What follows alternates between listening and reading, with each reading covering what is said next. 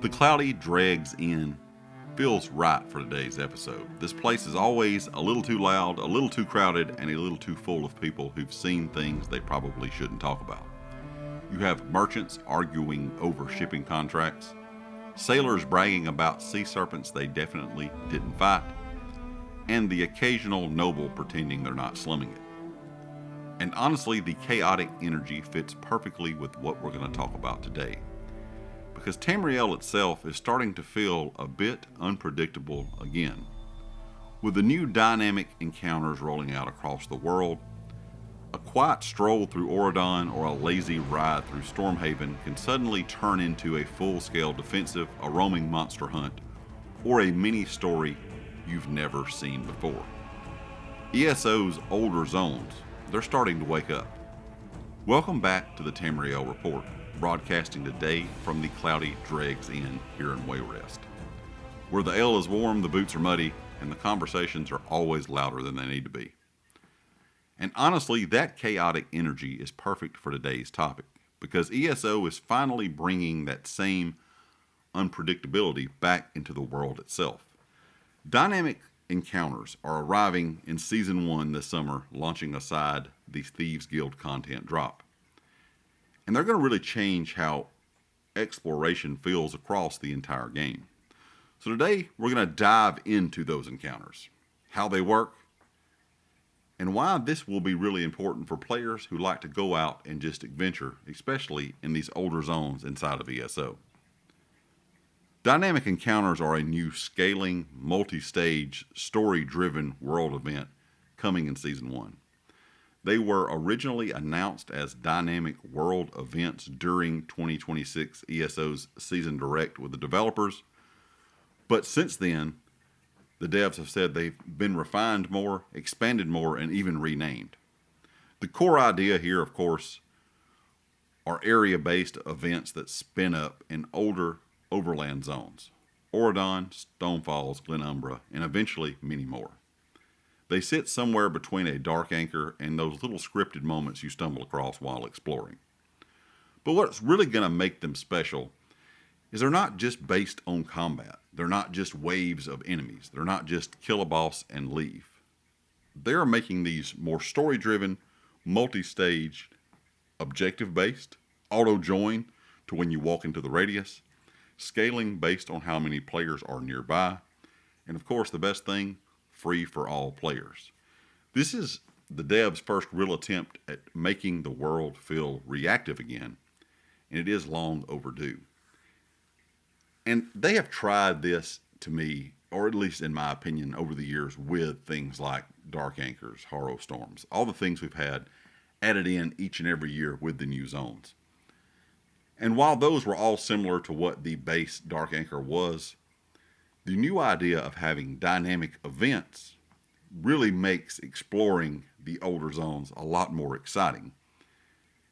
And by doing this, I think the devs are on the right track to really livening up the older zones and also just kind of livening up the overland content in general, because not only are we getting dynamic events, we're also about to get, of course, the new overland difficulty settings added into the game. So overland is really getting a look of improvement this year compared to what we've seen in the past. ESO's older zones are really nice looking, but let's be honest, they have been static for years, and the devs have been making improvements to these older zones to improve the look, visuals, and things like that. I do really like the way they're handling this, and they're going to continue, from what they have said, doing this in the future for a lot of other zones as well. So those older zones are getting a touch up and just kind of looks, but adding this into the zone will make them feel alive. We've all run through places like Auridon, Stonefalls, Glenumbra so many times that nothing really surprises you anymore. You kind of know where every spawn is for every world boss, every enemy, even, of course, every pretty much treasure chest, farming node. We've all played the game, and if you've played it for as long as I have, you know where everything is in these zones because nothing really changes. Dynamic encounters will break some of that predictability. Each encounter will kind of have its own narrative. a unique map icon that only appears when it's active. So you will know when that does pop up. You're not going to have to just wander around and try to find it. It will actually pop up on the map, and the devs have talked about this a lot as of late. A progress bar in the top right, like a quest. Multiple stages with different objectives, and rewards at a mid-stage for completion. And you can kind of see that here in this video that the devs put out when they were kind of discussing this. So I'm going to let that play up here kind of small so you can kind of check that out if you have not seen it. And because they're not just combat things, the world suddenly feels more alive. You might be putting out fires, escorting horses from a barn that's on fire, or a building that's on fire, whatever they want to call it. I guess it's still a barn. You might be tracking an NPC across half of a zone, or the entire zone. Or you could even be fighting a vampire lord. And this is the first time since 1 Tamriel that older zones feel like they're actually reacting to players again. So some of these encounters are kind of interesting to me, because the one in Auridon, because it is the smallest of the three, but it perfectly shows that, or it really shows that, what dynamic encounters are trying to do. And this is the one we kind of had the showcase of. It's called a burning farm. Bandits have set a fire to a farm, horses are trapped inside, and everything's just kind of chaos.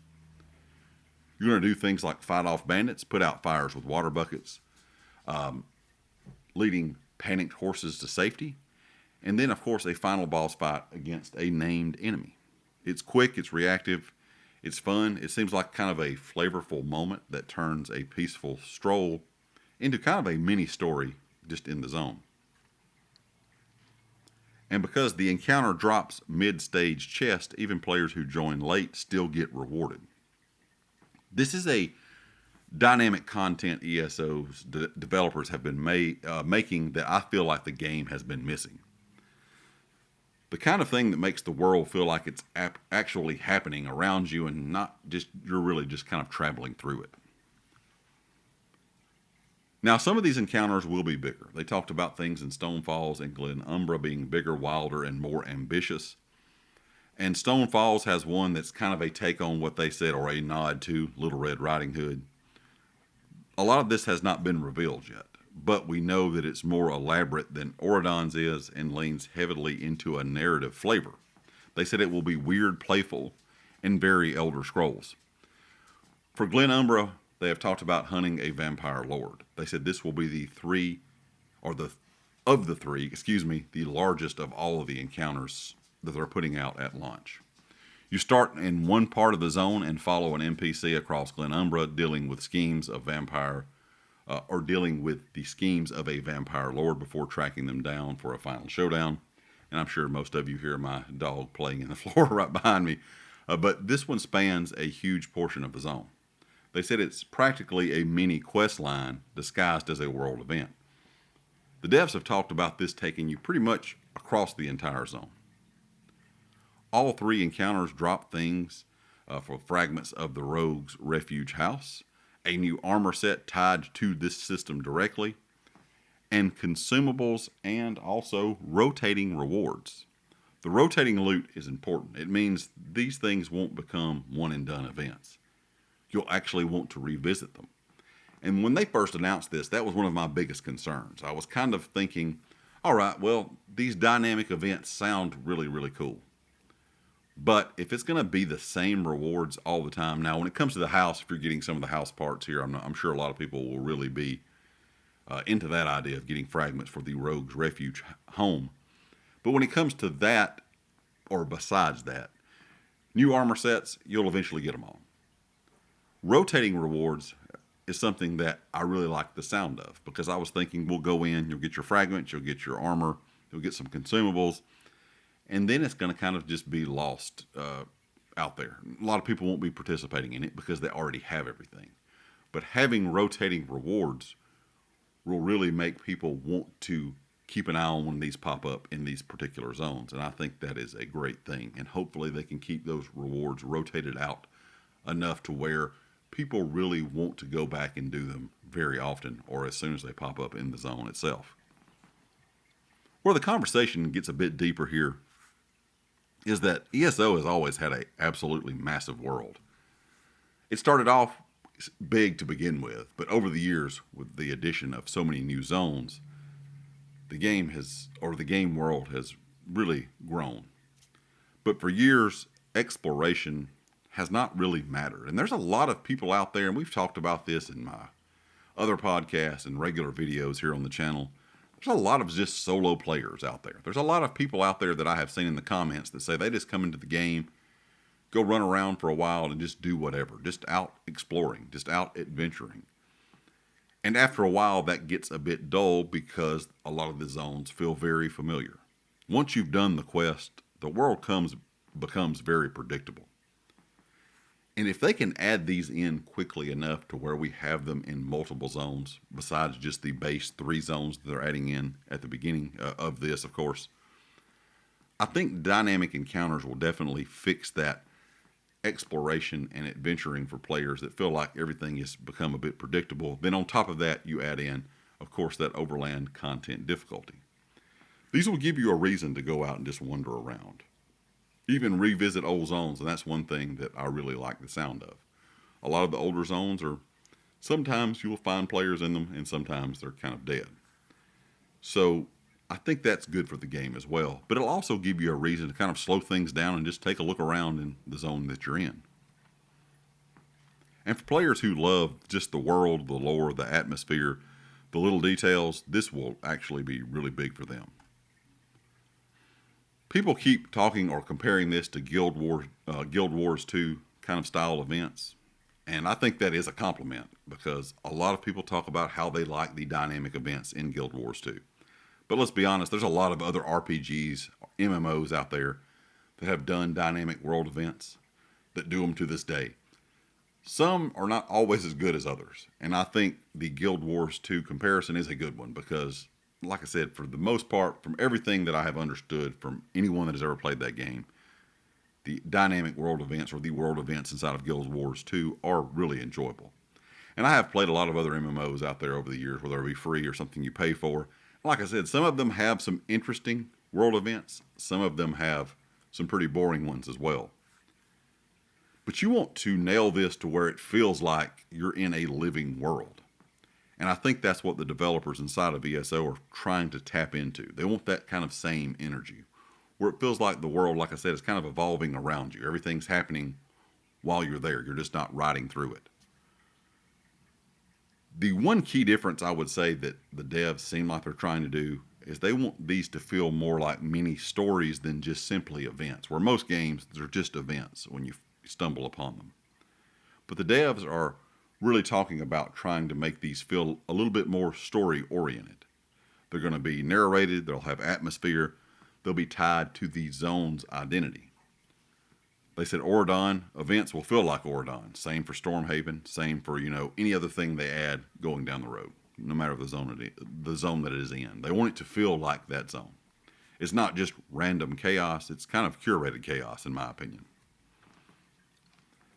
And one thing that I really didn't expect from this, when I first heard it, anytime we hear that they're adding in harder difficulty, dynamic events, anything in the game where it's going to be something you can do that's new, a lot of people are always wondering, can I do this solo? I've talked about that in the comments with several people when it comes to the night market. The night market video I made a few days ago, there was a lot of questions. If I'm a solo player, can I still go in and do this? Yes. You're still going to be able to go in and participate in that night market. You might find some groups running around that you can follow. You might find some friends inside the night market just in general when you join it. But these dynamic encounters will be perfect for solo players. They're quick, they're reactive, they scale well depending on how many people are there when the event starts. They're not going to require you to be in a group. So if you stumble upon one by yourself or with just one or two other people, you can take it on. And if there's tons of people there, you can just hop in the action. I think with the addition of course, the added difficulty levels we'll have within the world, so you can make, of course, it as easy or hard as you want. This will definitely make the world feel dangerous again, because I think anything that we scale to a harder difficulty within ESO in the overland kind of idea, that's going to be really fun for players that want to go out and find a bit more of a challenge if that's what they're looking for just in overland content in general. Imagine some of these on Vestige difficulty, on the hardest difficulty we will have. You add in dynamic encounters and world bosses and things going on inside of a zone. ESO is slowly building a world where solo players or even group players that want to play on really hard difficulties, with friends, can kind of have meaning again. It can be challenging, it can be unpredictable, and these are adventures you can take without even ever queuing up for a dungeon, a trial, or even an arena. You can just go out into the world and experience these things. When you look at everything the devs are doing across this year, they've talked about a lot of stuff coming to the game, and I'm really excited for this year in ESO. And I know there's still complaints out there for some of the player base, but for the most part, everything I have read, a lot of people are really excited. On the comment section, I've had people talking about how they're looking forward to coming back and playing. I've seen a lot of posts on Reddit lately where players are talking about how there's excitement for the game again within their own guilds in game. So if you look at everything, seasons, dynamic, encounters, difficulty settings, solo dungeons, class mastery changes, we kind of are seeing a pattern here. The devs are really trying to shift from that static MMO feeling to a living world, a reactive world, and a world that will change around us. And I think that's something that players have been asking for. And maybe if you weren't even thinking about it, now that you kind of see the big picture going forward, I think a lot of us are starting to understand the idea that the devs are trying to do here. It's not just new content. I've said this many times in many videos. It's a new philosophy on how they want ESO to work going forward. And the game has definitely changed over the years, from the start to one Tamriel to what we're at now and to where we're going in the future. It seems like they've kind of done this in stages, where the last 5 or 10 years is done now. Now we're looking forward to the next 5 or 10 years plus, and how we want to keep people interacting with the game and wanting to play and log in, at least, every day, if not every couple of days. So the bottom line to me is dynamic encounters are a big part of all these updates that the devs are doing in ESO currently. Not just because there's something new, not just because there's something they're talking about continuing to add to the game, but mainly because they're going to make the world feel alive again. And like I said, with the addition of harder difficulties and overland content, plus things like this, that's really great for everyone. Auridon won't just be a zone, or any of these zones won't just be where you go in and level anymore, or somewhere you just quest, or something that you just absolutely sprint through.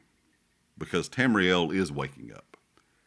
And for explorers, wanderers, solo adventurers, people that enjoy lore, I think this will be the best the game has felt, for them at least, in a lot of years. Let me know what you think. Are you excited for these dynamic encounters? Are they interesting sounding to you? Is it something that you'll be waiting to see pop up in these particular zones? Like I said, I really hope that we see these added in pretty quickly. I know they got a lot of stuff they're working on, but if we can get at least maybe 3 more dynamic encounters or 2 more before the end of the year, if they can add in anywhere from 4 to 6 a year, I think people would really be happy with that. We just don't want to see, as the player base, I don't think we want to see them just added in and then we don't see any more to next year. I think adding these in, a fair amount of them every year, would be a great thing for the community that's just out participating in the open world. Thanks for hanging out with me, of course, here in the Cloudy Dregs Inn. And if you enjoyed the video, hit the like button. If you have not subscribed yet, please do so, and I'll catch you all next time. Peace.